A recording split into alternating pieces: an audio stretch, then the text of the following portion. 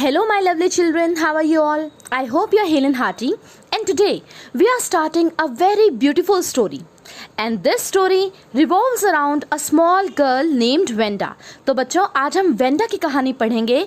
This is the chapter number 5 in your books First Flight, The 100 Dresses Part 1.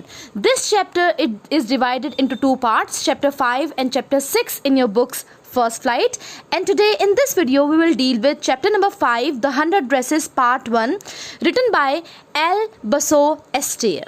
बच्चों, this is a really very beautiful story and this story gives you a very beautiful moral lesson.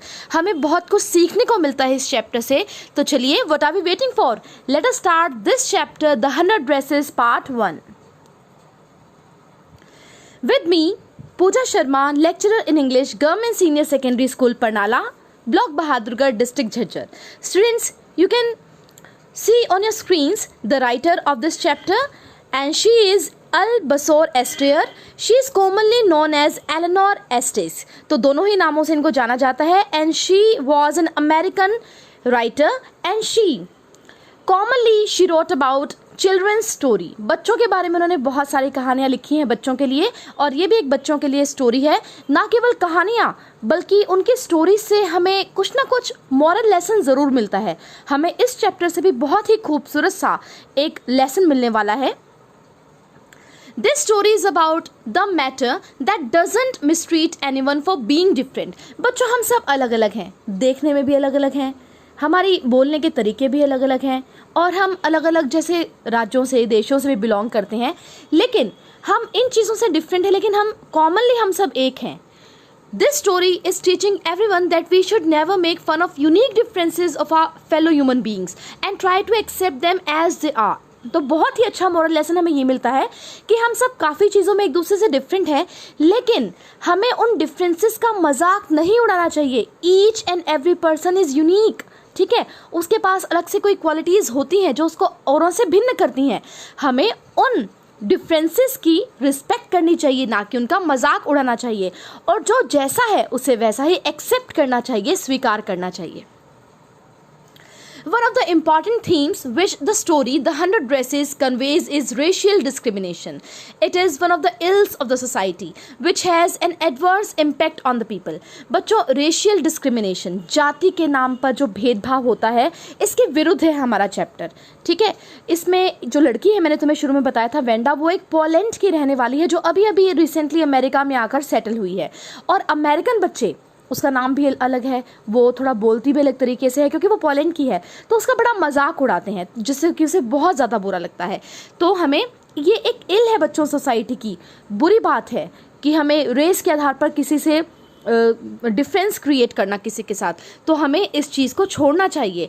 The story is about a Polish girl who faces discrimination when she goes to school. जब वो school जाती है बच्चों, Wanda जो Poland की रहने वाली है, पॉलिश गर्ल है, तो उसके साथ दुर्व्यवहार किया जाता है. There are a lot of instances in the story which shows how racism affects the social and personal lives. बच्चों, वो बहुत आहत होती है, उसे बहुत बुरा लगता है जब उसके साथ बच्चे दुर्व्यवहार करते हैं just because she belongs to Poland. How racism affects the social and personal lives. और ये हमें बताता है कि कैसे अगर आप किसी के साथ दुर्व्यवहार करते हो रेस के आधार पर, जाति के आधार पर या रंग के आधार पर, तो कैसे उस व्यक्ति की सोशल, सामाजिक और पर्सनल, उसकी निजी जिंदगी तबाह हो जाती है. The story makes people realise how people feel when they are expose to such discrimination. और जो वो व्यक्ति है बच्चों, जो डिस्क्रिमिनेशन का शिकार है, भेदभाव का शिकार है, वो व्यक्ति कैसा फील करता है, ये पूरी स्टोरी हमें पता चलेगी वेंडा की स्टोरी के थ्रू, जो कि हमारी मेन कैरेक्टर है इस चैप्टर की, the 100 dresses part 1. The 100 dresses, ये बच्चों बहुत ही इंटरेस्टिंग फैक्ट है जो मैं तुम्हें बताने जा रही हूँ, is based on Eleanor Estes real life experience. बच्चों, राइटर एलेनोर एस्टीज, या तुम एल्बर्टो एस्टियर भी कर सकते हो नाम, जो भी तुम्हें ठीक लगे, उनकी ना रियल लाइफ के ऊपर बेस्ड है ये कहानी. It is the story of a girl who receive Peggy's hand me down dresses. बच्चों, इस स्टोरी के अंदर मैं नाम अभी नहीं बताऊंगी, आपको खुद फाइंड आउट करना है और मुझे बताना है लास्ट में कि पैगी की एक और कैरेक्टर है, एक लड़की है पैगी, उसकी सेकेंड हैंड ड्रेसेस वो लड़की लेती थी. उस लड़की का क्या नाम है? वो लड़की है ना, वही है हमारी राइटर एलेनोर एस्टीज या अल्बर्टो एस्टियर. She felt very guilty for not having defended the character Wanda in real life. बच्चों, जब वेंडा उसकी निजी जिंदगी में, उसकी पर्सनल लाइफ में जब वेंडा जैसी लड़की आई थी जो डिस्क्रिमिनेशन का शिकार हुई थी, उसे बहुत बुरा लगा था हमारे राइटर को कि वह उसको सेव नहीं कर पाई, उसको डिफेंड नहीं कर पाई, इसलिए उसने ये स्टोरी लिखी है। She wrote the story in order to assuage her guilt and to encourage others to stand against bullies. तो उसने बच्चों assuage means gain the goodwill of और टू सेटिस्फाई, खुद की जो गिल्टी है उसको शांत करने के लिए उसने ये स्टोरी लिखी ताकि इस स्टोरी से लोग सीखें और विरुद्ध खड़े हो जाएं बुलीज के दुर्व्यवहार के। किसी के साथ भी किसी प्रकार के दुर्व्यवहार रेस के आधार पर, कलर के आधार पर, रिलीजन के आधार पर ना किया जाए। तो मैंने तुम्हें पूरा बैकग्राउंड बता दिया है बच्चों स्टोरी का। So let us start this story, the 100 dresses part 1। Today Monday, Wanda Petronski, बच्चों ये है हमारी main character Wanda Petronski, was not in her seat. बच्चों मंडे का दिन है, आज मंडे है और वेंडा प्रेटनॉस्की अपनी सीट पर नहीं है। But nobody, not even Peggy and Madeline, the girls who started all the fun, noticed her absence. किसी ने भी नोटिस नहीं किया कि वेंडा आज नहीं आई है, अपनी सीट पर नहीं बैठी है। पैगी और मैडेलाइन, जिसको बाद में हम मैडी कहेंगे, बच्चों ये मैडी वाला कैरेक्टर ही है जो मैं तुम्हें अभी बता रही थी, जो हमारे राइटर का कैरेक्टर है। तो पैगी और मैडेलाइन या मैडी ने नोटिस ही नहीं किया कि वो वेंडा आज आई ही नहीं है, जबकि उन्होंने इस सारे फन की, इस मजाक की शुरुआत की थी। Usually Wanda sat in the seat next to the last seat in the last row in room 13। बच्चों रूम नंबर 13 के अंदर लास्ट सीट के अंदर, लास्ट रो के अंदर बैठती थी Wanda. She sat in the corner of the room where the rough boys who did not make good marks sat, the corner of the room where there was most scuffling of feet, most roars of laughter when anything funny was said, and most mud and dirt on the floor. She sat in the corner of the room. वो बच्चों room number 13 के एक corner में बैठ जाती थी जहाँ पर रफ लड़के बैठते थे। रफ ये मीन्स इनडिसिप्लिन्ड, जो अनुशासित नहीं थे वो बच्चे बैठते थे, और जो अच्छे नंबर नहीं लाते थे वो बैठते थे कॉर्नर में रूम के। और वहाँ पर बच्चों बहुत ज़्यादा आवाज़ होती थी, स्कफलिंग ऑफ फीट की, मतलब noisy dragging movements of the feet on the ground, पैर पटकने की आवाज़ें वहाँ पर आती थी। रोर्स, चिल्लाने की आवाज़ आती थी। किसकी चिल्लाने की? लाफ्टर के, हंसी की। When anything funny was said, जब भी कोई मजाकिया बात होती तो सबसे ज़्यादा चिल्लाने की आवाज़, हंसने की आवाज़ भी वहीं से आती थी। वहाँ पर बच्चों most mud and dirt on the floor, उस जगह पर कॉर्नर के अंदर बहुत ज़्यादा मिट्टी, गंदगी फ्लोर, फर्श के ऊपर थी। Wanda did not sit there because she was rough and noisy. On the contrary, she was very quiet and rarely said anything at all. Wanda बच्चों वहाँ पर इसलिए नहीं बैठती थी कि वो भी इनडिसिप्लिन थी, रफ थी या नॉइजी थी, शोर करने वाली लड़की थी। वो बिल्कुल इसके अपोजिट थी। वो तो क्वाइट एंड काम, बहुत चुपचाप रहने वाली लड़की थी। Rarely said anything at all, वो बहुत ही रेयरली, वेरी सेल्डम कुछ भी बोलती थी, यानी कि चुप ही रहती थी क्लास में। And nobody had ever heard her laugh out loud, और आज तक पूरी क्लास में किसी ने भी उसे हंसते हुए तो सुना ही नहीं था। Sometimes she twisted her mouth into a crooked sort of smile. कभी कभी वो twisted, मूव करती थी अपने माउथ को, अपने मुंह को crooked मीन्स बेढंगी तरीके से, awkward तरीके से, जिससे वो स्माइल कहती थी, मतलब अजीब से अपने मुंह को बना लेती थी स्माइल करते वक्त। बट दैट वॉज ऑल, लेकिन हंसना, खिलखिलाकर हंसना तो उसका कभी किसी ने सुना ही नहीं था। Nobody knew exactly why Venda sat in the seat unless it was because she came all the way from Boggins Heights and her feet were usually caked with dry mud. किसी को नहीं पता था कि वेंडा लास्ट सीट के ऊपर जाकर क्यों बैठती थी। सब इतना ही जानते थे कि वो बॉगिन्स हाइट्स, बच्चों ये वो जगह है जहाँ पर वेंडा रहती थी, ये 1 नंबर में पूछा जा सकता है। बॉगिन्स हाइट्स के अंदर वो रहती थी और उसके पैर हमेशा caked with, cake means covered with dry, सूखा हुआ मड कीचड़ की मिट्टी तुम कह सकते हो। तो वहाँ पर उसके जो शूज थे वो हमेशा कवर्ड विद मड थे, इसलिए शायद वो हमेशा लास्ट सीट पर आकर बैठती। But no one really thought much about Wanda Petronski when she sat in the corner of the room. लेकिन जैसे ही वो आकर कॉर्नर ऑफ द रूम के अंदर लास्ट सीट के अंदर बैठ जाती, कोई भी वेंडा के बारे में कुछ ज्यादा नहीं सोचता था। The time when they thought about Venda was outside of school hours at noon time, when they were coming back to school, or in the morning early before school began, when groups of 2 or 3 or even more would be talking and laughing on their way to schoolyard. वो समय कौन सा था जब बच्चे उसके बारे में सोचते थे? वो समय था स्कूल आवर्स के बाहर का, यानी कि स्कूल के दौरान कोई नहीं सोचता था उसके बारे में, स्कूल के बाद सोचते थे, नून टाइम, दोपहर के समय सोचते थे, जब सब वापस आते थे स्कूल से, या फिर अर्ली मॉर्निंग उसके बारे में सोचते थे जब स्कूल शुरू होने वाला होता, जब वो ग्रुप्स में 2 या 3 के ग्रुप्स में या और भी ज़्यादा बच्चे एक साथ खड़े हो जाते, बात करते, हंसते स्कूल यार्ड में, स्कूल के बगीचे में। Then sometimes they waited for Venda to have fun with her. बच्चों, to have fun with her, मजाक उड़ाने के लिए, ठीक है। तो वो उसकी वेट करते स्कूल यार्ड के अंदर, बच्चे ग्रुप्स बना के वेंडा की, केवल और केवल किस लिए वेट करते? To have fun with her, उसका मजाक उड़ाने के लिए। आप स्क्रीन पर भी देख पा रहे हैं कि वेंडा का किस तरह से बच्चे मजाक उड़ा रहे हैं। The next day, Tuesday, Wanda was not in school either and nobody noticed her absence again. बच्चों, अब अगला दिन आ गया था, मंगलवार। आज भी वेंडा स्कूल नहीं आई थी और आज भी किसी ने नोटिस नहीं किया कि वो एब्सेंट थी।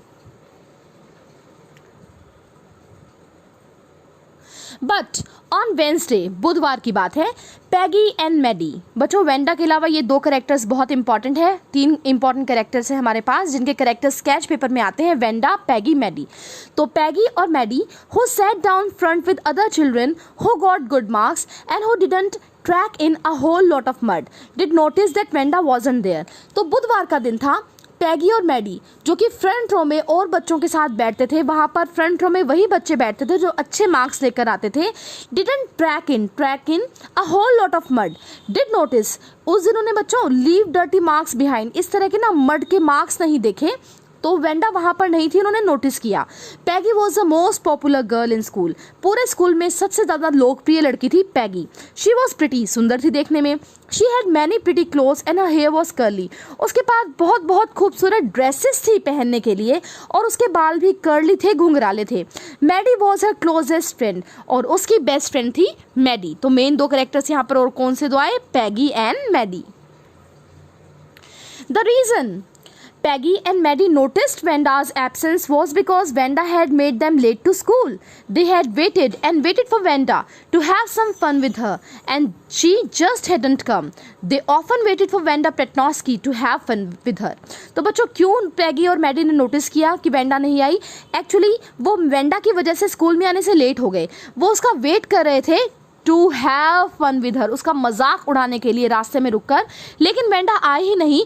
तब उन्होंने नोटिस किया कि वेंडा तो लगातार कई दिनों से आ ही नहीं रही। Venda Petnosky. Most of the children in room 13 didn't have names like that. They had names easy to say, like Thomas, Smith, or Alan. There was one boy named Bounce, Willie Bounce, and people thought that was funny, but not funny in the same way that Petnosky was. तो बच्चों, Wanda पेटनॉस्की, बहुत सारे बच्चे room number 13 में जो पढ़ते थे उनके ना इस तरह का नाम नहीं था वेंडा पेटनॉस्की जैसा। उनके नाम आसान से थे, जैसे टॉमस, स्मिथ, एलन। एक लड़का था जिसका नाम था विली बाउंस। बाउंस का मतलब होता है बच्चों उछलना, तो बच्चे ना उसके नाम का भी मजाक उड़ाते थे, बाउंस बाउंस, उछलना उछलना, फनी लगता था उनको। लेकिन विली बाउंस भी इतना फनी मजाकिया नहीं था जितना नाम था मजाकिया पेटनॉस्की। Venda didn't have any friends. She came to school alone and went home alone. Venda का कोई भी दोस्त नहीं था, वो अकेली ही स्कूल आती, अकेली ही घर जाती। She always wore a faded blue dress that didn't hang right. वो हमेशा बच्चों एक faded means dim color, जिसका रंग उड़ चुका हो, ब्लू कलर की, ऐसे ब्लू कलर की ड्रेस पहनती। And didn't hang right, didn't fit properly, वो उसको अच्छे से ठीक से आती भी नहीं थी। It was clean but it looked as though it had never been iron properly. साफ तो होती थी उसकी ड्रेस, लेकिन ऐसा लगता था शायद वो उसे कभी आयरन नहीं करती, प्रेस नहीं करती। She didn't have any friends but a lot of girls talk to her. उसका कोई दोस्त नहीं था, लेकिन बहुत सारी लड़कियां उससे बात करती थी। Sometimes they surrounded her in the schoolyard as she stood watching the little girls play hopscotch on the worn hard ground. कई बारी वो लड़कियां जो थी स्कूल की, स्कूल यार्ड में जब वेंडा खड़ी होती और छोटी लड़कियों को hopscotch, बच्चों ये गेम है, with children hop into an over squares marked on the ground. बिज्जो, अगर आप समझते हैं अपनी भाषा में बिज्जो हम खेलते हैं, उसी तरह का कोई गेम है। और वहाँ पर वो लोग वहाँ पर खेलते थे। जब छोटी लड़कियाँ, वेंडा उनको देखती थी तब बहुत सारी लड़कियाँ उसके पास आ जाती। ये देखिए कुछ इस तरह से होता है। हॉपस्कॉच भी आप देख सकते हैं नीचे। Wanda Peggy would say in a most courteous manner as though she were talking to Miss Mason. तो फिर बच्चों पैगी जो सबसे पॉपुलर लड़की थी स्कूल की, वो कहती वेंडा, इतनी पोलाइटली कहती, इतनी विनम्रता पूर्वक कहती जैसे वो अपनी टीचर मिस मैसन से बात कर रही हो. Wanda, she would say, giving one of her friends a nudge. Nudge means gentle push, थोड़ा सा ना धक्का सा मारते हुए अपनी फ्रेंड को कहती देखो देखो Wanda. Tell us how many dresses did you say you had hanging up in your closet. Wanda Wanda बताओ तो सही, तुम्हारी क्लोजेट यानी कि अलमारी के अंदर कितनी ड्रेसेस लटकी हुई हैं, हैंग कर रही हैं.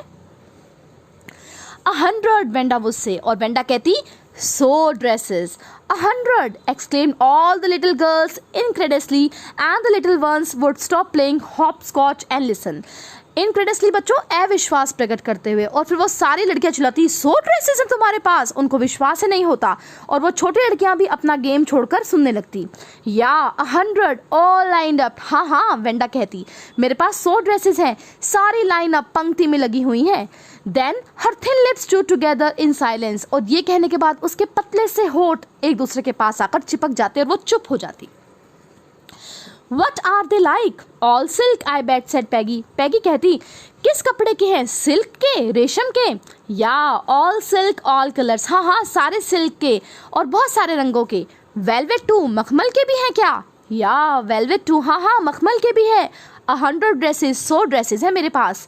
Wanda would repeat stoically all lined up in my closet. बच्चों stoically means not showing any feeling, बिना भावना के वो बस कहती 100 ड्रेसेस है मेरे पास और सारी लाइन में लगी हुई हैं मेरी क्लोजेट के अंदर, अलमारी के अंदर. Then they would let her go, फिर उसे वो जाने देते. And then before she would gone very far they couldn't help bursting into shrieks and peals of laughter. बच्चों फिर वो उसे जाने देते और वो ज़्यादा दूर नहीं गई होती, फिर वो बस्टिंग बहुत ज़्यादा चिल्लाने लगते, लाउड शाउट्स निकालने लगते, लाउड लाफ्टर, उसका मजाक बनाते, उसके ऊपर हंसते. ये देखिए कैसे बच्चों मजाक उड़ा रहे हैं सारे बच्चे वेंडा का. 100 dresses. Obviously, the only dress Venda had was the blue one she wore every day. So why did she say she had 100? What a story. How many shoes did you say you had? 60 pairs all lined up in my closet. Cries of exaggerated politeness greeted this, all alike. तो बच्चों 100 dresses हमेशा Wanda बताती, लेकिन वो हमेशा पहनती तो वही एक ब्लू कलर की फेडेड वाली ड्रेस. तो वो क्यों बताती है कि 100 है उसके पास ड्रेसेस, क्या स्टोरी बनाती है वो. फिर कई बार बच्चे उससे पूछते तुम्हारे पास कितने शूज हैं, और वो कहती 60 पेयर, 60 जोड़ी. All lined up in my closet, वो भी मेरी अलमारी में पंक्ति में लगे हुए हैं. एक्सैजरेटेड मतलब एनहांस्ड, बढ़ा चढ़ा कर बातों को वो बताती और बच्चे बहुत ज़्यादा हंसते उसके ऊपर और कहते ऑल अलाइक, सारे एक जैसे हैं. Oh no, every pair is different, all colours all lined up. और फिर वेंडा कहती नहीं नहीं सारे अलग अलग डिज़ाइन के हैं, अलग अलग कलर्स के हैं, सारे लाइन में लगे हुए हैं. पैगी, who had thought up this game, and Maddie, her inseparable friend, were always the last to leave. तो बच्चों पैगी और उसकी इनसेपरेबल फ्रेंड जो उससे कभी अलग नहीं हो सकती ऐसी दोस्त मैडी, तो पैगी ने इस गेम का शुरुआत की थी, इसका मजाक उड़ाने की वेंडा की, और मैडी हमेशा उसका साथ देती थी.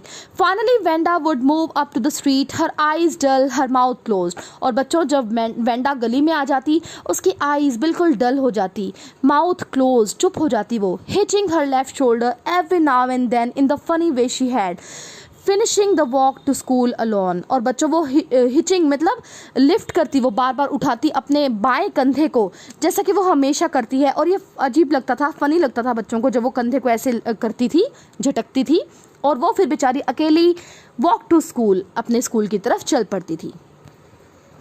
पैगी वॉज नॉट रियली क्रूअल. पैगी ना क्रूअल नहीं थी, अनकाइंड या क्रूर नहीं थी. She protected small children from bullies. जब छोटे बच्चों के साथ ना कोई गलत व्यवहार करता, बुली करता, धौंस जमाने लगता उनके ऊपर, दुर्व्यवहार करता, तो उनको बचाती थी, प्रोटेक्ट करती थी. And she cried for hours if she saw an animal mistreated. अगर कोई जानवर उसे दिखता जिसके साथ गलत व्यवहार किया जा रहा है, मिसट्रीटमेंट किया जा रहा है, तो वो रोती थी. If anybody had said to her don't you think that is a cruel way to treat Wanda, she would have been very surprise. Cruel? Why did the girl say she had 100 dresses? कई बार ना कोई भी उसे कहता कि तुम कितना क्रूर व्यवहार कर रही हो वेंडा के साथ, क्यों वेंडा को इस तरह से तंग करती हो, तो वह कहती मैं क्रूर बन रही हूँ. वो लड़की हमेशा झूठ क्यों बोलती है कि उसके पास 100 ड्रेसेस हैं. Anybody could tell that was a lie. Why did she want to lie? And she wasn't just an ordinary person. Else why did she have a name like that? Anyway, they never made her cry. तो बच्चों वो कहती है वो झूठ क्यों बोलती है हमेशा कि उसके पास 100 ड्रेसेस हैं. वो भी आम है, ऑर्डिनरी पर्सन है, लेकिन उसका नाम ऑर्डिनरी नहीं है, उसका नाम अलग है. फिर भी वो कभी बच्चों वेंडा को रुलाते नहीं थे. As for Maddie, this business of asking Venda every day how many dresses and how many hats and how many this and that she had was bothering हर. तो बच्चों हर रोज़ का बिजनेस हो गया ये वेंडा से पूछना तुम्हारे पास कितनी ड्रेस हैं, कितनी हैट्स हैं, टोपियां हैं, दिस एंड दैट क्या क्या है. तो बच्चों परेशान करती थी ये चीज़ें मैडी को. मैडी बच्चों वही कैरेक्टर है जो रिलेट कर रहा है हमारे राइटर से. Maddie was a poor herself, poor girl herself. Maddie बच्चों गरीब लड़की थी. She usually wore somebody's hand me down clothes. बच्चों hand me down clothes means पुराने कपड़े, सेकंड हैंड कपड़े तुम कह सकते हो, जो किसी ने पुराने पहनकर किसी को दे दिए हों. तो वो हमेशा हैंड मी डाउन कपड़े पहनती. Thank goodness she didn't live up on Boggins Heights और हैव अ फनी नेम. शुक्र है भगवान का, वो कई बार सोचती कि वो बॉगिन्स हाइट में नहीं रहती और उसका नाम भी मजाकिया नहीं है. Sometimes when Peggy was asking Wanda those questions in that मॉकिंग polite voice, Maddie felt embarrassed and studied the marbles in the palm of her hand, rolling them around and saying nothing herself. तो बच्चों Maddie को ना वास्तव में बुरा लगता था जब पैगी वेंडा से मजाक भरे ये प्रश्न पूछती थी कि कितनी ड्रेसेस हैं, कितने जूते हैं, कितनी हैट्स हैं. बहुत एम्बेरस फील करती, शर्मिंदा फील करती मैडी, लेकिन वो कुछ नहीं कहती. अपने हाथों में पाम, हथेली के अंदर हाथों की मार्बल्स, कंचे जो होते उनको रोल करती रहती, घुमाती रहती और कुछ भी नहीं बोलती थी. उसे वास्तव में बहुत बुरा लगता था वेंडा के लिए. Not that she felt sorry for Venda exactly. She would never have paid any attention to Venda if Peggy hadn't invented a dresses game. वो ज़्यादा फील वेंडा के लिए सॉरी नहीं करती थी. एक्चुअली वेंडा की ओर तो उसका ध्यान भी नहीं जाता अगर पैगी ने ये गेम, ड्रेसेस वाला गेम इन्वेंट ना किया होता, डिस्कवर ना किया होता. But suppose Peggy and all the other started in on her next, she wasn't as poor as Wanda perhaps, but she was poor. लेकिन वो ये डरती थी कि कभी कुछ कहे तो कभी वो गेम उसके ऊपर ना आ जाए, बच्चे उसका मजाक ना उड़ाने लगे मैडी का, क्योंकि वो तो गरीब है, लेकिन हाँ इतनी भी गरीब नहीं जितनी वेंडा है. Of course, she would have more sense than to say she had 100 dresses. Still, she would not like for them to begin on her. She wished Peggy would stop teasing Venda Pretnosky. तो कहती है कि उसमें ना sense तो है, वो ये तो कभी नहीं कहेगी उसके पास 100 ड्रेसेस हैं जबकि उसके पास ना हो, लेकिन फिर भी वो चाहती थी कि वेंडा के साथ ये टीजिंग, जो चिढ़ाना है, पैगी जो चिढ़ाती है उसे, वो ख़त्म हो जाए, स्टॉप हो जाए. Today, even though they had been late to school, Maddie was glad she had not had to make fun of Venda. आज वो लेट हो गए स्कूल के लिए क्योंकि वो वेट कर रहे थे वेंडा के, लेकिन वेंडा आई नहीं थी. लेकिन मैडी ग्लैड, खुश थी कि आज वेंडा का मजाक नहीं उड़ा कम से कम. She worked her arithmetic problems absent-mindedly. 8 times 8 let's see. अब बच्चों वो अपने अंक गणित की प्रॉब्लम्स को, सम्स को सॉल्व कर रही थी. 8 गुना 8 देखते हैं सोच रही थी वो इस बारे में. She wished she had the nerve to write Peggy a note. अब उसने सोचा, नर्व मीन्स करेज, उसने करेज जुटाई, साहस जुटाया कि वो पैगी को एक नोट लिखे. Because she knew she never would have the courage to speak right out to Peggy to say, "Hey Peg, let's stop asking Venda how many dresses she has." When she finished her arithmetic, she did start a note to Peggy. Suddenly she paused and shuddered. तो बच्चों उसने आज मन बना लिया कि जैसे ही वो अपना अंक गणित के इन सम्स को पूरा करेगी, वो एक नोट लिखेगी पैगी को कि ये जो गेम तुम कर रही हो वेंडा के साथ ड्रेसेस वाला, इसको ख़त्म करो. क्योंकि वो बेटा फेस टू फेस उसको नहीं कह सकती थी, ये बातों से डर लगता था, लेकिन वो एक नोट के रूप में उसको लिख कर दे सकती थी. लेकिन जैसे ही बच्चों से फिनिश की अपने सवालों को और स्टार्ट किया नोट लिखना, अचानक वो रुक गई और शडर्ड, कांपने लगी, शुक बिकॉज ऑफ फियर, डर के मारे. She pictured herself in the schoolyard, a new target for Peggy and the girls. उसने देखा कि अगर वो वेंडा को टीज करना, चिढ़ाना छोड़ देंगे तो नया टारगेट होगी वो खुद, पैगी का और लड़कियों का. Peggy might ask her where she got the dress she had on. Peggy उससे पूछेगी जो तुमने ड्रेस पहन रखी है कहाँ से ली. And Maddie would have to say it was one of Peggy's old ones that Maddie's mother had tried to disguise. with new trimmings, so no one in room 13 would recognize it. अब बच्चों जब पैगी से पूछती कि तुम ये dress कहाँ से ली जो तुमने पहनी हुई है, तो मैडी कहेगी ये पैगी के ही पुराने कपड़े हैं जो मैडी की मदर ने डिसगाइज छुपाने की कोशिश करी है, चेंज करने की कोशिश करी है न्यू ट्रिमिंग्स लगाकर. Trimmings mean small pieces of different clothes. तो थोड़े से कपड़े लगा कर नया लुक देने का प्रयास किया है और रूम नंबर 13 पहचान जाएगा, ताकि रूम नंबर 13 में कोई बच्चा पहचान ना सके कि ये पैगी के ही पुराने कपड़े हैं जो मैडी ने पहन रखे हैं. यानी कि मैडी पैगी के हैंड में डाउन क्लोथ्स पहनती थी. If only Peggy would decide of her own accord to stop having fun with Vanda. Oh well, Maddie ran her head through her short blonde hair as though to push the uncomfortable thoughts away. अब तो यही हो सकता है कि पैगी खुद अपने accord से, अपने विश से वेंडा के साथ मजाक करना बंद करे, लेकिन फिर मैडी अपने हाथों को अपने छोटे छोटे ब्लॉन्ड हेयर गोल्डन कलर के सुनहरे बालों में फहराने लगी और वो काफ़ी अनकंफर्टेबल फील कर रही थी अपने विचारों से. तो उसने सोचा इन विचारों से छुटकारा पाया जाए. What difference did it make? क्या होगा?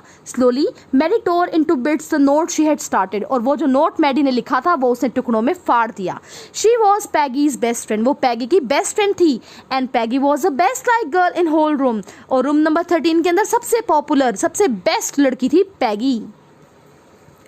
Peggy could not possibly do anything that was really wrong, she thought. अब वो सोचने लगी कि पैगी कुछ गलत नहीं कर सकती. As for Vanda, she was just some girl who lived upon Boggins Heights and stood alone in the schoolyard. और वेंडा क्या है? एक लड़की जो रहती है बॉगिन्स हाइट पर और अकेली रहती है स्कूल के अंदर. She scarcely ever said anything to anybody. वो कभी भी किसी से कुछ भी नहीं कहती. The only time she talked was in schoolyard about her 100 dresses. वो केवल जब पैगी से पूछती है कि कितनी ड्रेसेस है तुम्हारे पास, तभी बोलती है बस कि मेरे पास 100 ड्रेसेस है. बाकी वो किसी से कभी भी कोई बात नहीं करती. Maddie remembered her telling about one of her dresses, pale blue with color trimmings. तो मैडी को याद आया कि वो एक बारी अपनी ड्रेस के बारे में बता रही थी जिसका रंग था थोड़ा पेल पीले से ब्लू कलर का विद कलर ट्रिमिंग्स. उस पर ना झालर से लगी हुई थी डिफरेंट कलर्स की. As she remembered another that was brilliant jungle green. और फिर उसे एक और याद आई जो कि है चमकते हुए जंगल ग्रीन हरे रंग की विद रेड सैश. सैश होता है बच्चों scarf. You would look like a Christmas tree in that the girls had said in pretended admiration.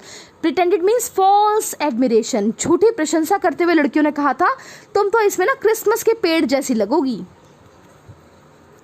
Thinking about Vanda and her 100 dresses all lined up in the closet, Maddie began to wonder who was going to win the drawing and coloring contest.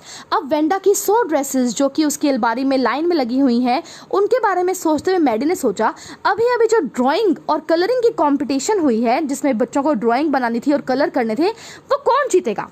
For girls, this contest consisted of designing dresses and for boys of designing motorboats. लड़कियों को dresses की photo बनानी थी और लड़कों को motor boats का design बनाना था. Probably Peggy would win the girls medal.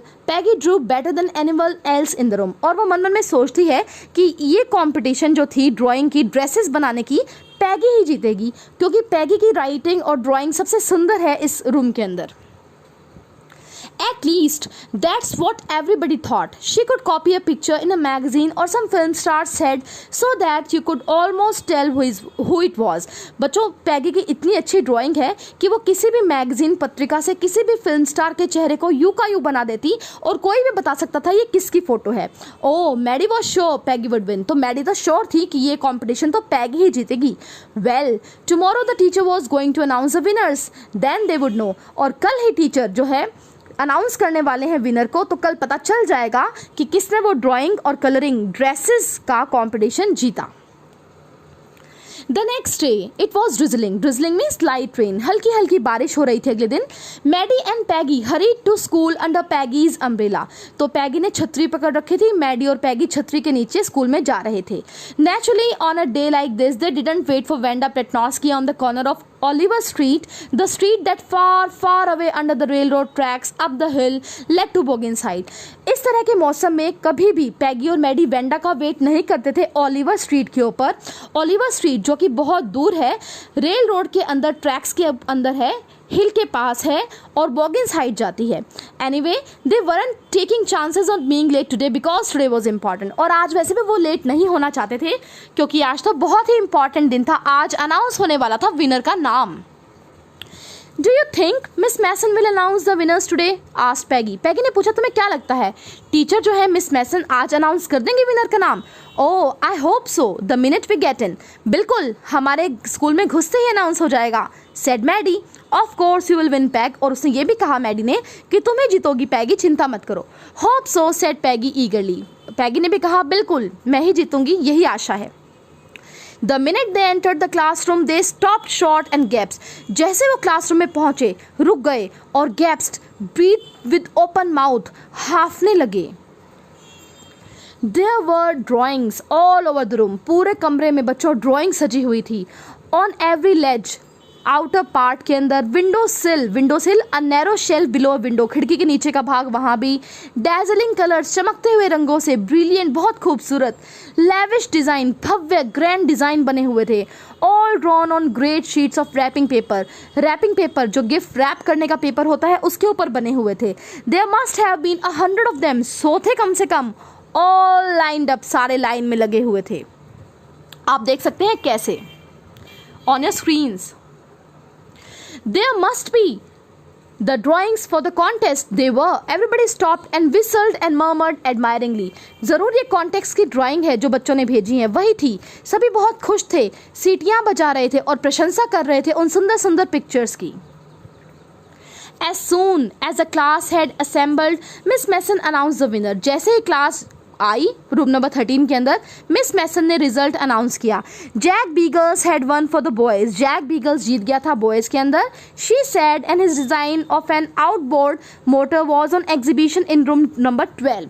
और उसने जो डिज़ाइन बनाया था आउटबोर्ड मोटर का, वो प्रदर्शनी के लिए रख दिया गया था रूम नंबर 12 के अंदर, along with the sketches by all other boys. और बाकी बच्चों के स्केचेस ड्राइंग्स भी वहीं पर थी। ये देखिए मिस मैसन अनाउंस कर रही हैं रिजल्ट्स को। As for the girls, she said, although just 1 or 2 sketches were submitted by most, one girl, and room number 13 should be proud of her.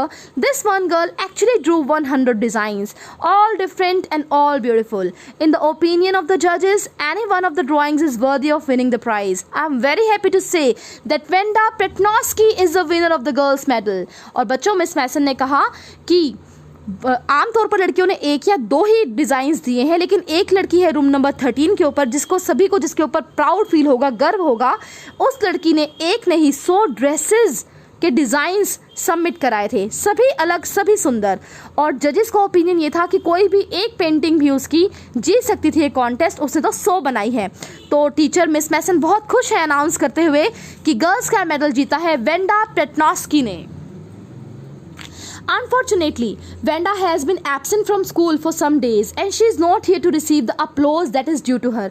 लेकिन unluckily, Wenda कई दिनों से स्कूल नहीं आ रही है और जो applause, जो तालियां है, जो प्रशंसा उसकी हो रही है वो नहीं रिसीव कर पा रही है। Let us hope she will be back tomorrow. आशा करते हैं वो कल स्कूल आ जाएगी। Now class, you may file around and room quietly and look at the exhibited drawings. Exhibit means extremely beautiful. तो बच्चों तुम अब क्लास में घूम सकते हो और सुंदर सुंदर ड्राइंग्स को देख सकते हो। The children burst into applause. बच्चों ने तालियां बजाई and even the boys were glad to have a chance to stamp on the floor. और बच्चों ने पैर से आवाज़ें की फर्श के ऊपर पैर मार मार कर। Put their fingers in their mouths and whistle. अपनी फिंगर्स को माउथ में लिया और सीटी बजाई। Though they were not interested in dresses. वो ड्रेसेस में खास रुचि नहीं रखते थे फिर भी। Look Peg, whispered Maddie. That's that blue one she told us about. Isn't it beautiful? अब मैडी ने बोला देखो देखो पैगी, वहाँ पर ब्लू कलर की ड्रेस, वेंडा ने हमें बताया था इसके बारे में, सुंदर है ना? येस सेड पैगी। पैगी ने कहा हाँ। And here's that green one, और ये रही वो हरी वाली। Boy I thought I could draw, अरे ये तो मैं भी ड्रॉ कर सकती थी। तो बच्चों यहीं पर हमारा पार्ट 1 ख़त्म होता है। सभी बच्चे एडमायर कर रहे हैं वेंडा प्रेटनॉस्की के द्वारा बनाए गए 100 ड्रेसेस के डिज़ाइन को। आगे क्या होता है, वेंडा स्कूल में आएगी तब क्या होगा, वेंडा स्कूल में आ क्यों नहीं रही है, ये भी एक क्वेश्चन बनता है। तो इन सभी सवालों के जवाब मिलेंगे हमें द 100 ड्रेसेस पार्ट 2 यानी कि चैप्टर नंबर 6 में। सो हम यहीं पर इस स्टोरी को स्टॉप करते हैं। Thank you so much for watching. Hopefully आपको पसंद आई होगी story. We will continue it in the next video.